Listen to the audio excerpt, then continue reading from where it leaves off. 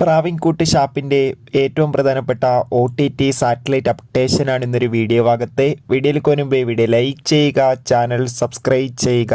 ജനുവരി മാസം ഇനി ധാരാളം ചിത്രങ്ങൾ അങ്ങോട്ട് OTT റിലീസ് ചെയ്യും. നമ്മുടെ ചാനൽ ഭാഗം പരിശോധിച്ചാൽ നിങ്ങൾക്ക് കാണാൻ വേണ്ടി സാധിക്കുന്നതായിരിക്കും.